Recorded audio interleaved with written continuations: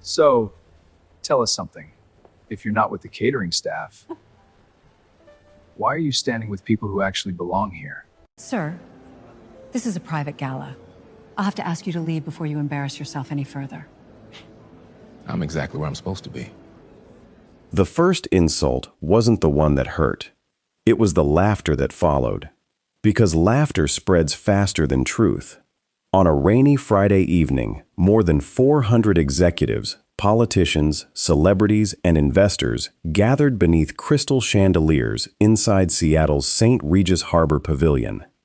Champagne flowed. Camera flashes exploded every few seconds. Every guest wore designer labels. Every smile carried an agenda.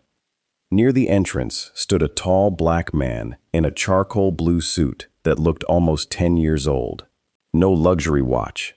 No security detail. No entourage. Just polished shoes and a quiet confidence that somehow irritated the people who noticed him. Within 20 minutes, they would accuse him of trespassing. Within 30, someone would throw an entire tray of champagne over him while the ballroom applauded. By midnight, the same people would discover they had just humiliated the man who owned nearly 42% of the company they were celebrating. And by sunrise, several careers would already be over. Because sometimes, the wealthiest man in the room isn't the one trying to be noticed. He's the one quietly watching everyone reveal exactly who they are. There are moments in life when people reveal exactly who they are. Not when they're struggling, not when they're afraid, but when they believe the person standing in front of them has nothing they need. For the guests inside Seattle's Harbor Crown Pavilion that Friday evening, those moments came one after another. Every sneer, every whispered joke, every camera raised to capture another person's humiliation. None of them realized they were documenting the end of their own careers, because the quiet black man they dismissed as maintenance wasn't there to clean the ballroom. He owned enough of the company to decide who would still have a job by Monday morning. Rain shimmered across Elliott Bay as luxury sedans rolled beneath the glass entrance of Harbor Crown Pavilion. Valets hurried from one imported vehicle to another. Bentleys, Rolls-Royces, electric supercars worth more than most homes. Inside, more than 600 guests mingled beneath soaring ceilings, lined with cascading crystal lights. A live jazz quartet played softly, while servers moved through the crowd carrying silver trays of champagne. Every conversation sounded expensive. Every laugh seemed carefully rehearsed. Tonight wasn't just another corporate gala. It was the unveiling of Helix Quantum Systems' largest clean energy expansion in company history. A project expected to reshape power infrastructure across North America. Financial networks were broadcasting live. Business magazines had reporters stationed inside. Social media influencers streamed every elegant detail. Executives from London, investors from Toronto, government officials from Washington. Everyone wanted to witness history, or at least be seen standing close enough to history to claim they had been part of it. Yet one person entered without attracting any attention. His name was Kairo Ellison, 46 years old, 6'3", broad shoulders, dark brown skin, close-cropped hair touched lightly with gray at the temples. His navy suit fit perfectly, despite showing signs it had been tailored years ago rather than purchased last week. No luxury watch sparkled beneath the light-smart slates. No designer logo announced his wealth. No assistants followed him. He carried only a slim leather portfolio tucked beneath one arm. To most people inside the ballroom, he looked ordinary. Kairo preferred it that way. For almost 15 years, he'd lived behind private trusts, anonymous investments, and companies whose ownership rarely appeared in public records. The media loved celebrities. He loved silence. Long before tech founders became social media personalities, Kairo had quietly built Sentinel Cypher, a cybersecurity company protecting hospitals and energy grids from international attacks. When he sold it years earlier, the transaction had quietly crossed 10 figures. Instead of buying headlines, he bought influence. He invested in struggling manufacturers, renewable energy, medical technology, education, companies that actually built things. One of those investments had become Helix Quantum Systems. Almost no one inside tonight's gala knew who their anonymous chairman really was. That anonymity had been intentional. Kairo believed executives behaved differently when they thought nobody important was watching. Tonight would prove him right. Near the registration desk, a young event coordinator frowned. She glanced from Kairo to her tablet, then back again. "Excuse me." Kairo smiled politely. "Good evening," she hesitated. "Are you with facilities?" He looked at his suit. "No." "Oh." Another pause. "I thought maybe you were helping with setup." "No." She forced a nervous smile. "My mistake." "It happens." He collected his guest badge. Unlike everyone else's badge, his displayed only one word. Guest. No company title. No executive rank. No special designation. Exactly as he had requested. The young coordinator shrugged before waving the next attendee forward. Within seconds, she'd forgotten him. Kairo hadn't forgotten her kindness. She had made an assumption, but she'd corrected herself immediately. There was no cruelty in it, only human error. He appreciated the difference. Across the ballroom, someone else noticed him. Brennan Sloan, Chief Operating Officer, 49, tailored tuxedo, silver cufflinks, smile polished enough for magazine covers. He was surrounded by executives, laughing far louder than the jokes deserved. Brennan watched Kairo walk through the room. "Who's that?" A marketing vice president glanced over. "No idea. Security seems to be slipping." Another executive laughed. "Maybe catering hired a supervisor." Several people chuckled. Brennan smirked. "If they did, someone should tell him the employee entrance is around back." More laughter. Kairo heard every word. He didn't react.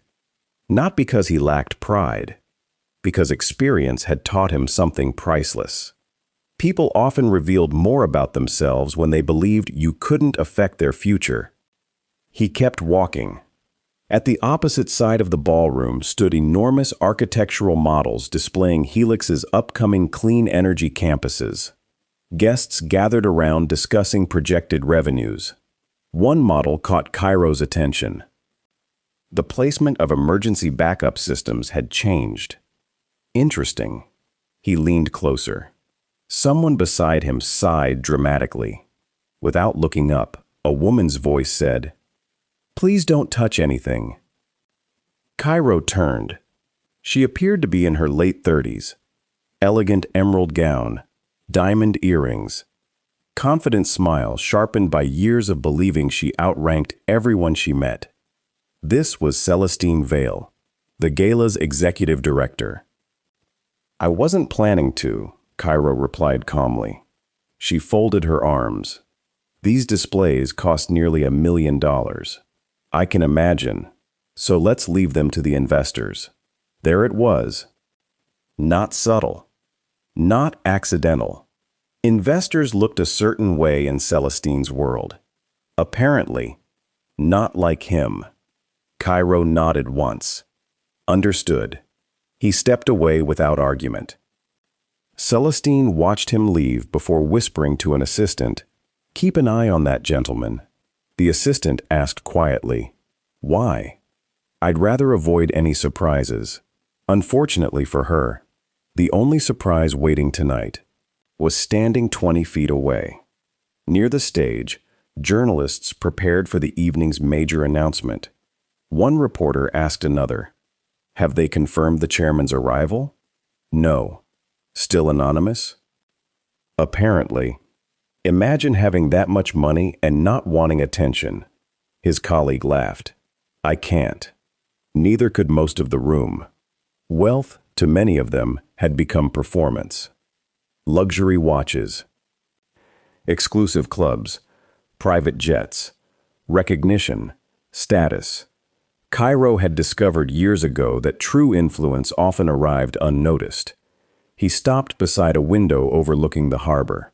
His phone vibrated. A message from Alden Mercer. Running 12 minutes behind. Don't let them introduce anything before I arrive. Kairo smiled faintly. I'll wait. Alden replied almost immediately. You always do.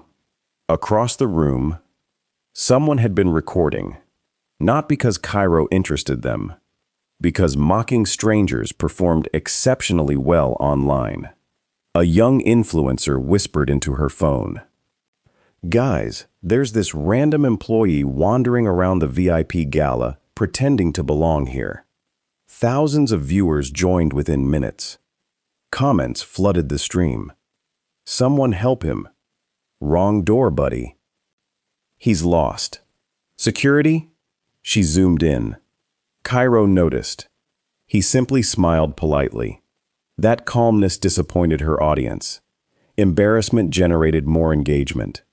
She needed conflict. So she walked toward him. Excuse me, sir. Yes? Who invited you tonight? I did. Her viewers exploded with laughing emojis. You invited yourself? I accepted an invitation. She tilted her head. Can we see it? No. Why not? Because I don't owe strangers proof that I belong somewhere. For the first time, her smile faltered. She hadn't expected confidence. She had expected panic. The live stream chat slowed. Some viewers began questioning whether they had judged too quickly. She ended the conversation abruptly. Okay, that's weird. Then she walked away. But the camera had already captured something more important than embarrassment. It had captured composure, and that composure would soon make the rest of the footage impossible to ignore. Brennan Sloan had been watching from across the room. He turned to Celestine. Still haven't gotten rid of him? I don't think he's causing trouble. He doesn't belong here. Should we ask security? Brennan took a sip of champagne. Not yet. His eyes never left Kairo. Let's see what he does first. Sometimes arrogance mistakes patience for intelligence. Brennan believed he was observing a problem. He had no idea the problem was quietly observing him instead. And within the next 15 minutes, one careless decision, one public act of humiliation would ignite a chain of events that financial analysts, news anchors, and corporate lawyers would spend the next 6 months trying to explain. The first person to offer Kairo genuine kindness wasn't an executive. It wasn't an investor. It wasn't one of the politicians shaking hands beneath the chandeliers. It was a server. A young woman carrying a silver tray paused beside him. Would you like sparkling water, sir? Kairo smiled. Thank you. She handed him a glass. Unlike everyone else who had approached him that evening, she looked him directly in the eyes, no hesitation.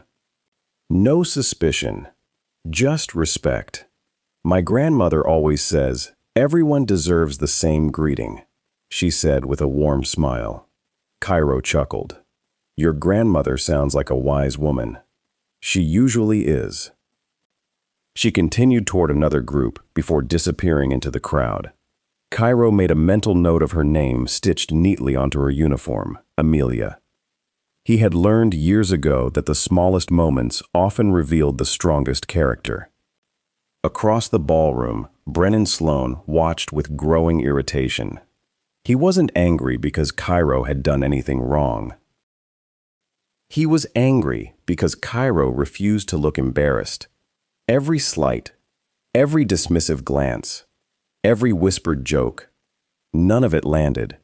The man simply carried himself with quiet dignity.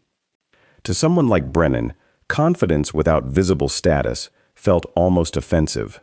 He turned toward Celestine. Enough. She frowned. What do you mean? Go find out exactly who he is. I already checked the guest list. And? His badge is legitimate. So how did someone dressed like that get invited? Celestine hesitated. I don't know. Then find out. A few minutes later, Celestine approached Kairo again. Sir? He turned politely. Yes? I'm afraid there's been a misunderstanding. What kind? We can't identify the executive who invited you. I wasn't invited by an executive. Then who invited you? The only person whose invitation matters. She blinked. I'm sorry. You'll understand later. Her patience evaporated. Sir, this is a private event. So, I've been told. If you can't verify your host, we'll need you to leave. Kairo looked around the ballroom. Hundreds of conversations. Hundreds of expensive smiles. Hundreds of people pretending not to watch. I'll wait. I'm asking politely, so am I. The exchange ended there. Neither person raised their voice, but dozens of guests had begun whispering. Near the stage, Dorian Fisk noticed the growing attention. Unlike Brennan, Dorian loved audiences. He had built an entire public persona around bold opinions and dramatic moments. His podcasts reached millions. His interviews generated headlines. He thrived on spectacle. What are we looking at? He asked. One executive laughed. Apparently someone's confused the gala for open house night. Dorian grinned. Seriously? Claims he belongs here. Dorian glanced toward Kairo. His smile widened. Interesting. Meanwhile, Alden Mercer sat in the back of a black SUV, crawling through Seattle traffic. He checked his watch again. We're still stuck? His driver nodded. Construction on the waterfront. Alden sighed. Call the ballroom. They aren't answering. He tried Kairo instead. Straight to voicemail. For the first time all evening, the CEO felt uneasy. Back inside, the jazz quartet finished its final song. The ballroom lights softened. Guests moved toward the stage. An announcer stepped forward. Ladies and gentlemen, in just a few moments, we'll begin tonight's presentation. Applause echoed. Executives gathered near the front. Photographers adjusted their lenses. Influencers restarted live streams. Kairo quietly moved toward the back row. He preferred observing from there. Unfortunately, someone else had a different idea. Dorian Fisk walked directly toward him. Microphones immediately followed. So, he said loudly enough for nearby guests to hear, which department are you with? Kairo answered calmly. I'm attending the event. I asked where you work. I work. Laughter. Dorian smirked. Good answer. A few cameras turned toward them. What exactly do you do? I solve problems. For Helix? For whoever hires me. Maintenance? More laughter. Kairo remained silent. Dorian leaned closer. You know, I've always admired confidence. But pretending to belong somewhere, that's a dangerous habit. Kairo looked at him for several quiet seconds. Then he said something almost too softly to hear. Sometimes, the people pretending aren't who everyone thinks they are. Dorian laughed. So mysterious. The live stream chat exploded. This guy is hilarious. Kick him out already. He's making things awkward. Definitely staff. One comment appeared. Why hasn't he gotten angry yet? Another followed. Because he's the only adult in the conversation. The tide was beginning to shift. Very slowly. Brennan saw it. He hated losing control of a room. He walked over himself. Sir, Kairo faced him. I'm Brennan Sloan.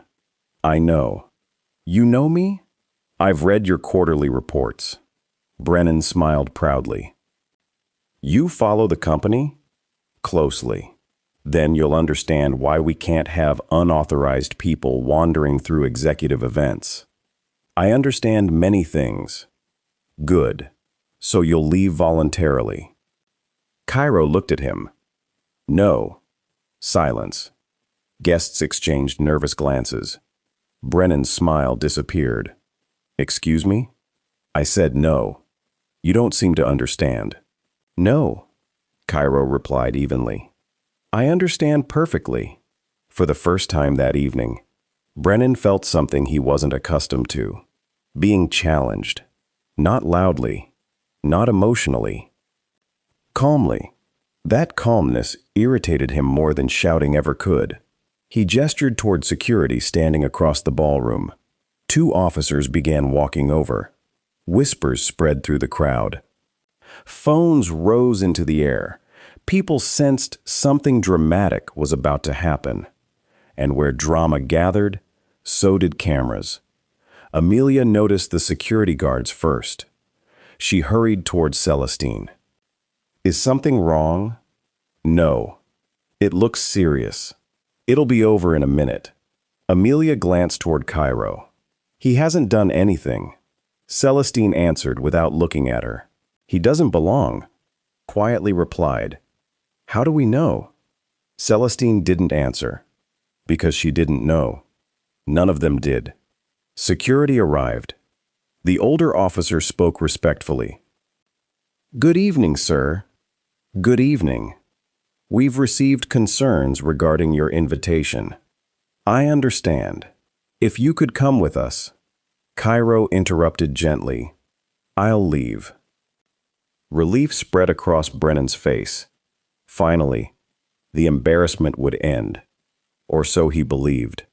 Kairo straightened his jacket, picked up his leather portfolio, and began walking toward the exit. No protest, no raised voice, no argument.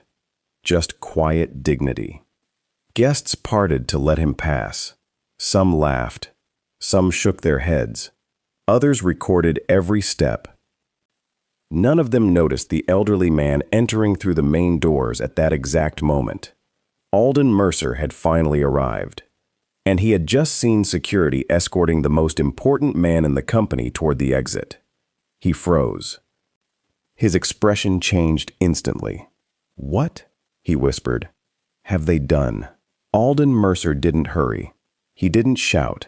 He didn't wave his arms or force his way through the crowd.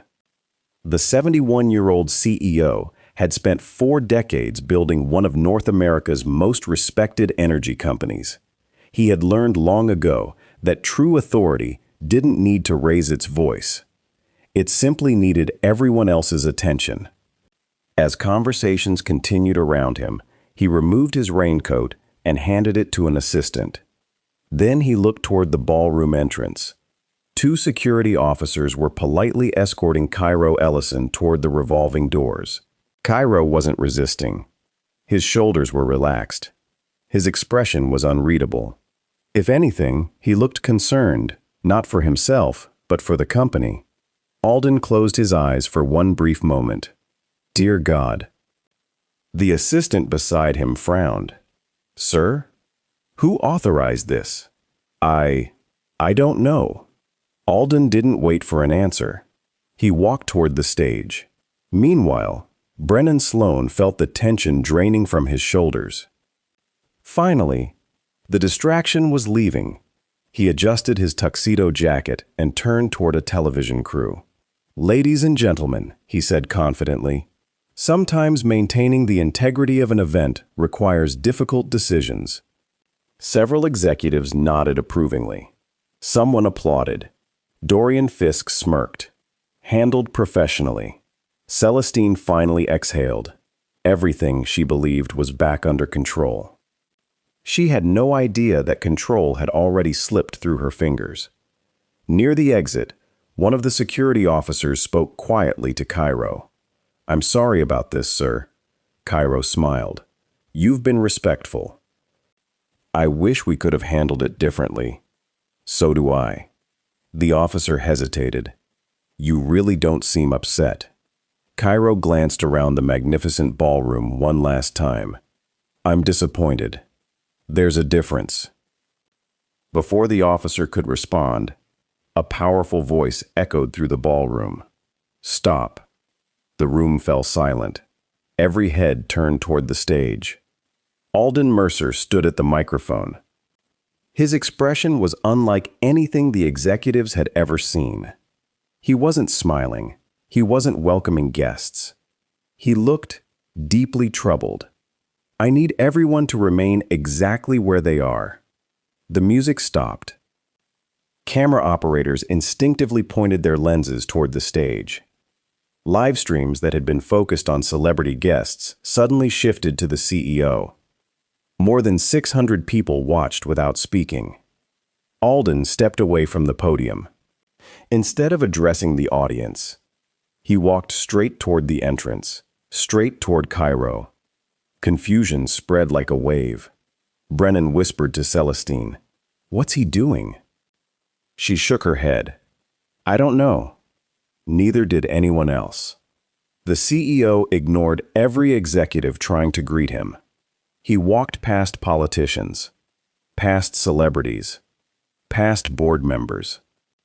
Until he stood directly in front of Kairo, the ballroom held its breath. Then, to everyone's astonishment, Alden extended both hands. "Kairo, I'm so sorry." Silence. Absolute silence. The CEO of a multi-billion-dollar corporation was apologizing. Not to a senator, not to a famous investor. To the man they had spent the last hour mocking. Kairo accepted the handshake. "You arrived. I should have been here sooner. You couldn't control traffic." "No." Alden looked around the room. "But I could have prevented this."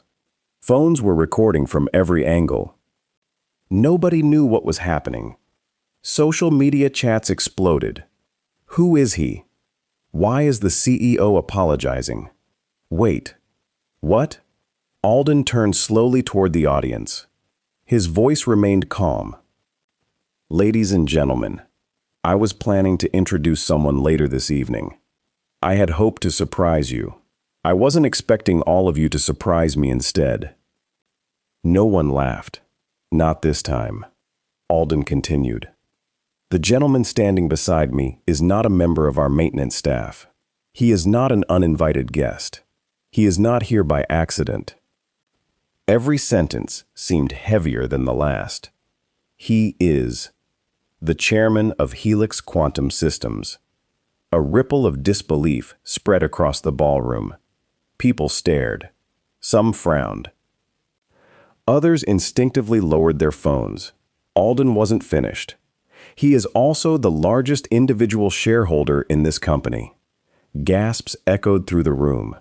And the principal investor responsible for financing our $780 million North American expansion. Someone near the back whispered, "Oh my God."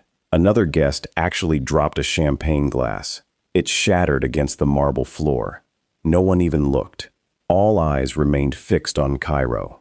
Brennan felt the blood drain from his face. "No," he whispered. "That's impossible." Celestine looked physically ill. Dorian Fisk slowly lowered the microphone he had been holding. For the first time in years, the famous venture capitalist had absolutely nothing to say. Alden faced the crowd again. "Many of you have spent the evening wondering why our chairman chooses to remain anonymous." He looked toward Kairo before continuing. "I believe you've just received your answer." The words landed like thunder. No accusation, no shouting, just truth. And somehow, that hurt far more. Across the ballroom, Amelia covered her mouth with both hands. "I knew it," she whispered. "No." Another server replied, "You knew he was kind. None of us knew this." Amelia smiled softly. "I guess kindness doesn't need a title." The influencer, who had live-streamed Kairo earlier, stared at her phone. Her audience had quadrupled. The comments were flying by too quickly to read. One message appeared again and again. Leave the stream up. Don't delete anything. We saw everything. Only then did she realize what she had captured. Not the humiliation of a stranger. The public exposure of an entire executive team. Alden turned toward the security officers. I'd like to thank both of you. The officers looked startled. You treated Mr. Ellison with dignity after being given impossible instructions. One of them nodded quietly. We were just doing our job, and you did it well. Then Alden's eyes moved.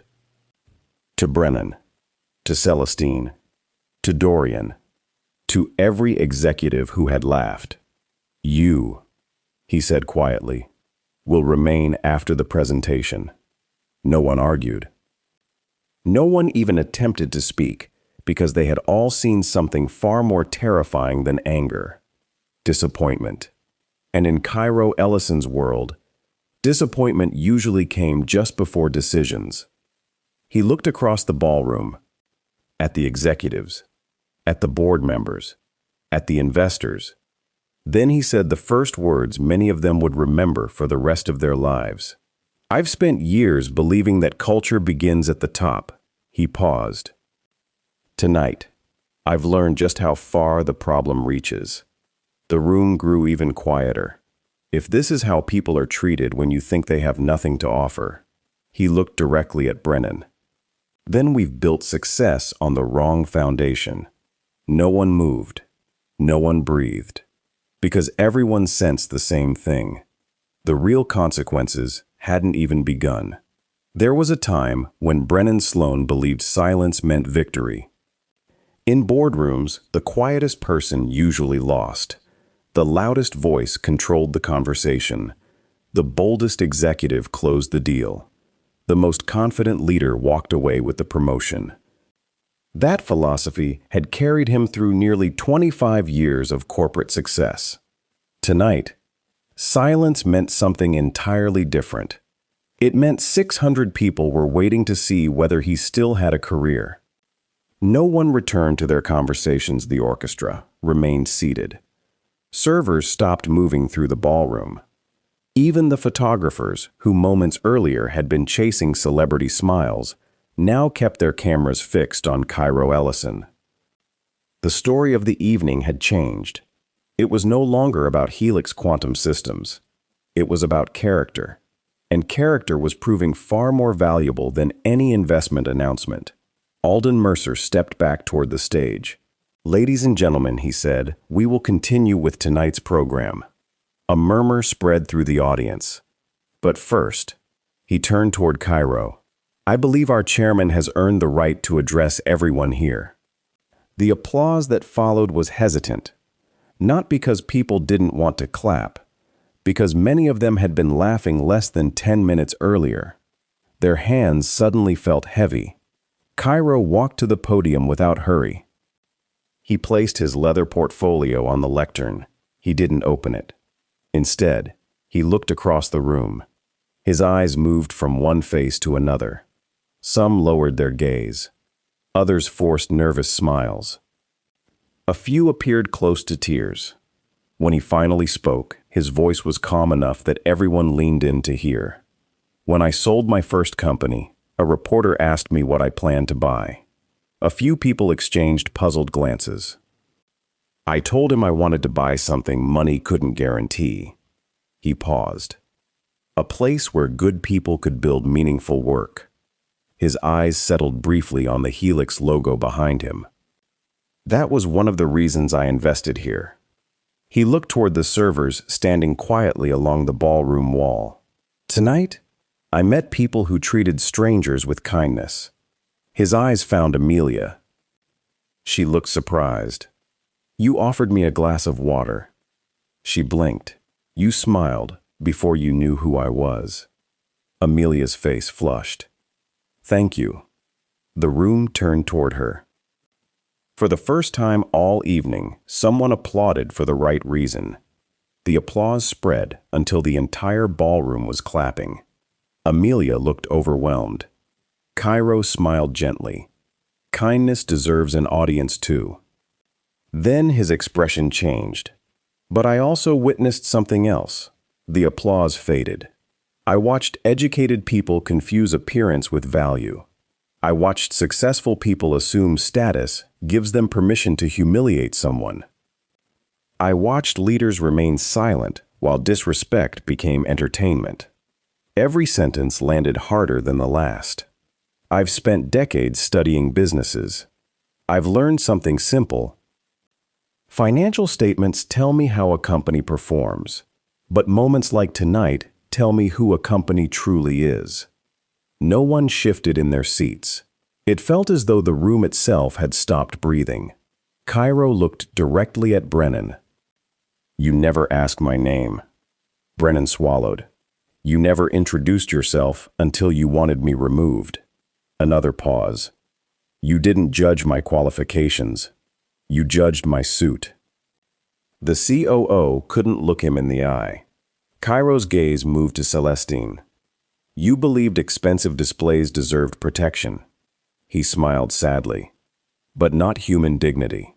Celestine's shoulders slumped. Finally, he turned to Dorian Fisk. "You built an audience by encouraging people to laugh at a stranger." Dorian stared at the floor. "I hope one day your influence becomes something people admire instead of fear." The ballroom remained silent. Not because Kairo was humiliating anyone. He wasn't. He hadn't raised his voice. He hadn't insulted them. He had simply described exactly what they had done. And truth rarely needed embellishment. Alden stepped forward. "Our expansion announcement can wait." Another ripple of confusion crossed the room. "Beginning tonight, we have a more important matter to address." He looked toward the board members seated in the front row. "I've already spoken with our governance committee." Several executives looked startled. "When?" Alden answered without turning around. "On my drive here." More silence. "I instructed them to prepare emergency resolutions." Brennan's heart pounded. Emergency resolutions. That phrase was almost never used, not unless something catastrophic had happened. One of the board directors stood. "Mr. Mercer, those documents are ready." Brennan's face turned pale. He hadn't realized the board had already been contacted. This wasn't an emotional reaction. This was governance in motion. Alden nodded. "Effective immediately. Mr. Brennan Sloan is suspended from all executive responsibilities, pending an independent investigation into leadership conduct." The announcement echoed through the ballroom. Brennan closed his eyes. No one came to his defense. Not one person. Alden continued. "Ms. Celestine Vale is relieved of oversight responsibilities for all corporate events until further review." Celestine lowered her head. Tears filled her eyes. He wasn't finished. "Beginning Monday morning, every executive vice president, senior manager, and board officer will participate in a full culture and ethics review." A reporter whispered to another, "This is unprecedented." The other replied, "No, this is history." Near the back of the room, the influencer looked at the live stream numbers. They were climbing by the second. Hundreds of thousands of viewers were now watching. The comments had changed completely. Earlier, they had mocked Kairo. Now they were sharing their own stories. "I was followed in a store because of how I looked. My father was treated the same way. I've worked maintenance for 20 years. This is why respect matters." The gala had become something much bigger than corporate embarrassment. It had become a conversation about dignity. Kairo noticed the live stream. He looked into the nearest camera. "If you're watching this," he said, "I hope you remember something. Respect shouldn't depend on someone's title. It shouldn't depend on the car they drive. The neighborhood they grew up in, the color of their skin, or the price tag on their clothes." He paused. "Character is the only introduction that lasts." Across the ballroom, several guests quietly wiped away tears. Not because they felt sorry for him, because they suddenly saw themselves in the story. Some remembered times they had been judged unfairly. Others remembered times they had judged someone else, and neither memory felt comfortable. As the applause slowly began to build, Kairo stepped away from the podium. He wasn't interested in standing ovations. He had said what needed to be said. But before he could leave the stage, Alden gently placed a hand on his shoulder. "There is one more announcement." The room fell silent once again. Alden smiled for the first time all evening. "And I think this one belongs to you." Kairo looked at him thoughtfully. Then he reached into the leather portfolio he had carried throughout the night. He removed a single sealed envelope. No logo, no markings, just one document. He held it in his hand for a moment. Then he looked toward the executives seated in the front row. "You've all been wondering why I insisted on attending tonight anonymously." He raised the envelope slightly. "The answer has been inside this folder since before the first guest arrived." No one knew what it contained, but every person in the ballroom felt the same chill, because whatever was inside, Kairo had expected he might need it, and now he was finally ready to open it.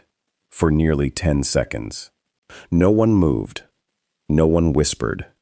No one even reached for another glass of champagne.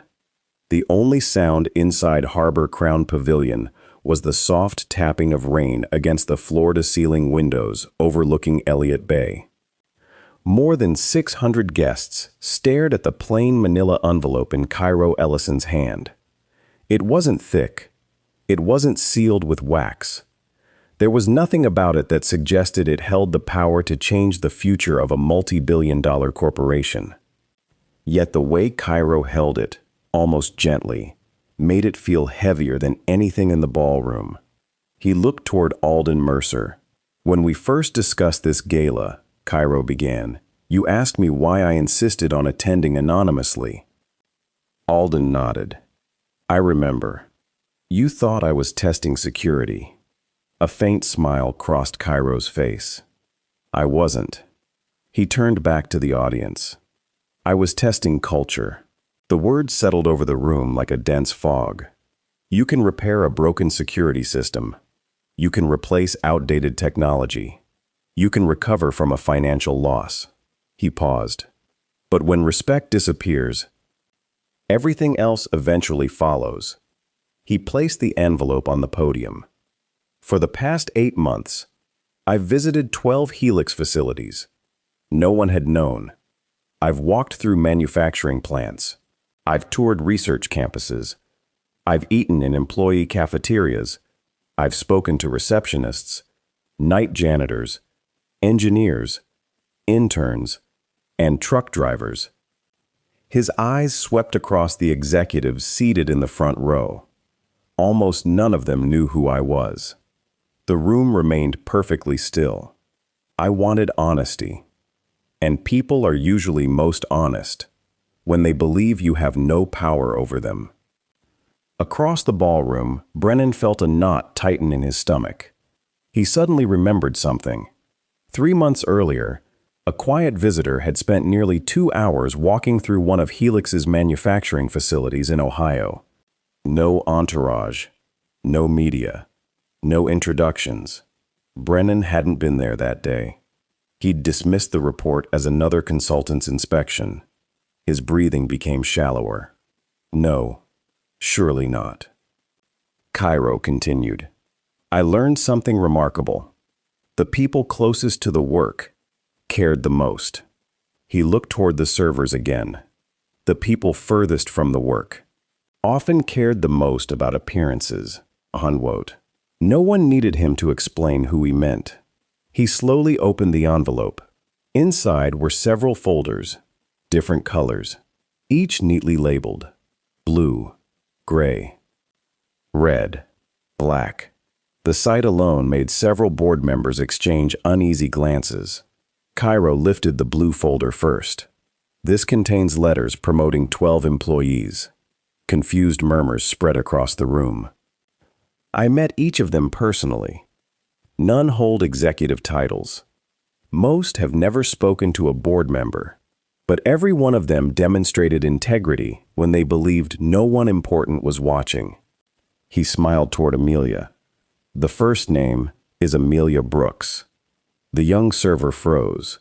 Her tray nearly slipped from her hands. She whispered. What? Kairo looked directly at her. You've accepted a full scholarship from Helix before, haven't you? Her eyes widened. Yes. You turned it down. Alden looked surprised. You never told me that. Amelia swallowed.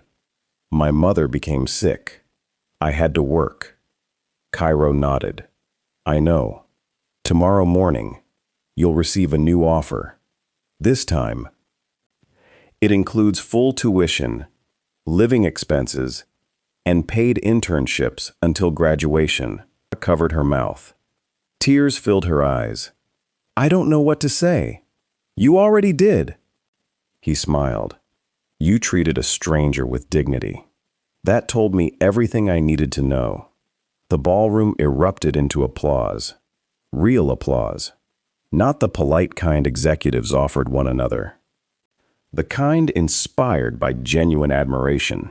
When the applause settled, Kairo picked up the gray folder. The next group of documents concerns leadership restructuring. Every executive straightened. No one blinked. I've spent decades investing in companies. I've learned one painful lesson. A toxic culture rarely begins on the factory floor. It begins wherever arrogance goes unchallenged. He looked toward Brennan. Leadership is not a reward. It's a responsibility. Alden opened the folder and quietly read the first page. His expression hardened. He looked toward the board. I recommend immediate adoption. One director raised a hand. So moved. Another answered. Second, the motion passed unanimously. Not one dissenting vote. Brennan felt as though the floor beneath him had disappeared. Then, Kairo reached for the red folder. This one was noticeably thicker. I hoped I would never need this. The room grew tense again. This folder contains findings from an independent governance review. Brennan's pulse quickened. Governance review? He hadn't authorized one. Neither had the board. So who had? Kairo answered the unspoken question. Last autumn, I hired one of the country's leading forensic accounting firms. Gasps echoed across the ballroom. They reported directly to me. Not to management. Not to finance. Not to the board. Only to him. They examined procurement records, consulting contracts, vendor payments, executive expense reports, and charitable foundation transfers. Several executives visibly stiffened. Someone quietly set down a wine glass before their trembling hand dropped it. Kairo's expression remained calm. I wasn't looking for fraud. I was looking for truth. He paused. Unfortunately, the truth found me first. A heavy silence filled the room. Even the reporters had stopped typing. They simply listened, because they knew this story had just become far bigger than an embarrassing gala.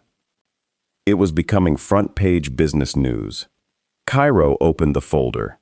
The investigation identified repeated approval of consulting contracts awarded to companies sharing undisclosed ownership connections with current executives. No names. Not yet. Multiple luxury travel expenses were classified as community development meetings. Brennan realized, for the first time that night, the humiliation at the gala had never been Kairo's purpose. It had simply revealed who people were. The real reason Kairo came had been sitting inside that envelope all along. For the first time in 23 years, Brennan Sloan had no speech prepared, no polished explanation, no carefully crafted talking point. Investors, reporters, and hundreds of guests, realizing that confidence had abandoned him. The room that had applauded his leadership only an hour earlier now watched him with quiet uncertainty. Kairo never looked triumphant. He looked saddened. That unsettled Brennan even more. People seeking revenge often enjoyed the moment. Kairo looked like a man attending a funeral. The funeral of the culture he had hoped Helix would become. He held up a single sheet of paper. This isn't an accusation. It's a timeline. The ballroom screens behind the stage flickered to life. Alden hadn't planned for this presentation. Kairo had. Months earlier. A simple heading appeared. Leadership Review. Confidential. Below it were dates. Meeting records. Approval signatures. Contract numbers. Nothing dramatic. Nothing sensational. Just facts. One after another. Each supported by documentation. Each verified independently. No opinions, no speculation. Truth had no need for embellishment. Kairo looked toward the audience. Many people think corruption begins with one large decision. He shook his head. It rarely does. It begins with small compromises. A dinner charged to the company. A consultant hired because he's a friend. A contract awarded without enough questions. A manager promoted because he's loyal instead of capable. He let the silence settle. Then one day, no one remembers where integrity disappeared. The ballroom screens advanced. A flowchart appeared. It showed 3 consulting firms receiving millions of dollars over 4 years. Each company appeared independent, until another page revealed that all 3 traced back to the same holding company, a holding company partially owned by Brennan's brother-in-law. The room erupted into whispers. Brennan's face turned pale. He grabbed the back of a chair to steady himself. "I disclosed that relationship," Kairo answered calmly. "You disclosed it after the contracts were awarded." A board member opened the report in front of him. His expression hardened. He's right. Another page appeared. Executive travel, luxury resorts, private golf memberships, invoices labeled as regional infrastructure strategy meetings. One director quietly asked, "Those meetings never happened?" The chief financial officer looked through the report. "They happened." He swallowed. "At a golf resort." More silence. Kairo didn't smile. He didn't point fingers. He simply turned the page. This wasn't theft on the scale that destroys companies overnight. It was something more dangerous. He looked around the room. It became normal. When people stop questioning small ethical failures, they eventually stop recognizing larger ones. Then he surprised everyone. He closed the folder. "I'm not interested in humiliating anyone." The words caught the room off guard. If humiliation changed people, the world would have been fixed a long time ago. He looked directly at Brennan. "I wanted accountability, not revenge." Brennan finally looked up. For the first time that evening, his arrogance was gone. Only exhaustion remained. Alden stepped forward. As chairman of the board, he corrected himself with a small smile. "I suppose I should say, alongside our chairman." A few nervous chuckles rippled through the room. "The board has voted unanimously." He unfolded a document. "Effective immediately. Brennan Sloan's employment with Helix Quantum Systems is terminated." No applause. No cheers. Only silence. Because endings like this were never celebrations. They were consequences. Alden continued. "The matter will also be referred to federal authorities for review of any potential legal violations." Reporters immediately began typing. Cameras flashed. Television producers whispered excitedly into headsets. Tomorrow's headlines had just been written. Celestine Vale stepped forward unexpectedly. She wasn't crying anymore. She looked at Kairo, then at the audience. "I owe you all an apology." No one interrupted. "I spent years believing professionalism meant protecting appearances." She looked toward Amelia. I forgot it was supposed to protect people. She took a slow breath. I judged someone because he didn't look important enough. She turned back to Kairo. I was wrong. I don't expect forgiveness, but I wanted the truth on the record. Kairo nodded respectfully. Growth begins there. Later that evening, after most of the guests had left, Harbor Crown Pavilion looked completely different. The music was gone. The photographers had packed away their equipment. Workers quietly cleared tables. Outside, the rain had stopped. Seattle's skyline reflected across calm water. Kairo stood alone near the windows. Approached carefully. I hope I'm not interrupting. You aren't. She hesitated. Can I ask you something? Of course. Were you ever angry? Kairo smiled thoughtfully. For a few seconds. And then, I remembered something my father taught me. She waited. He worked maintenance in a public school for 32 years. Amelia looked surprised. He used to tell me, "Son, some people only know how to measure success by what they can see." He'd laugh and say, "Never let someone else's poor eyesight change the way you see yourself." Amelia smiled through tears. He sounds like an incredible man. He was. The following Monday, Helix announced sweeping reforms. Executive bonuses would now be tied not only to financial performance, but also to employee culture surveys. Anonymous ethics reporting would be expanded. Promotion reviews would include feedback from support staff, not just senior management. Every new executive would spend 1 week each year working alongside frontline employees. Reception, security, facilities.customer service, manufacturing, not as a publicity stunt, as a requirement. Some business analysts mocked the changes. Others called them revolutionary. Within 3 years, Helix was named one of the best places to work in North America. Employee turnover dropped. Innovation increased. Profits reached record highs. It turned out that respect wasn't just good ethics, it was good business.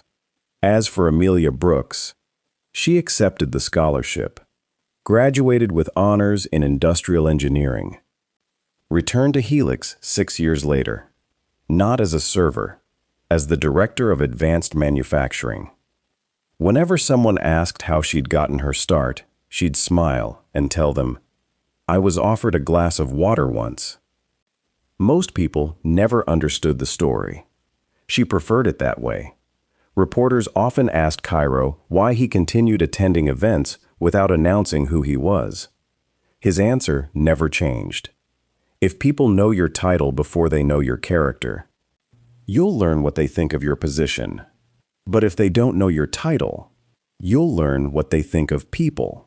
Years later, the video from that gala was still shown in leadership seminars across the United States, Canada, and the United Kingdom. Not because a billionaire had been mistaken for a member of the staff, but because an entire room full of accomplished people had forgotten the simplest principle of leadership. Every person deserves dignity before they earn your admiration. Because titles can disappear. Money can vanish. Companies can fail. But the way you treat people when you believe they have nothing to offer, that becomes your legacy. And sometimes, the person you overlook today is the one who decides your tomorrow. If this story touched a part of you, or you know someone that had a similar experience, kindly share, like, hit the subscribe button, and turn on post notification so you won't more of stories like this. Thank you for watching, and I will see you in the next one.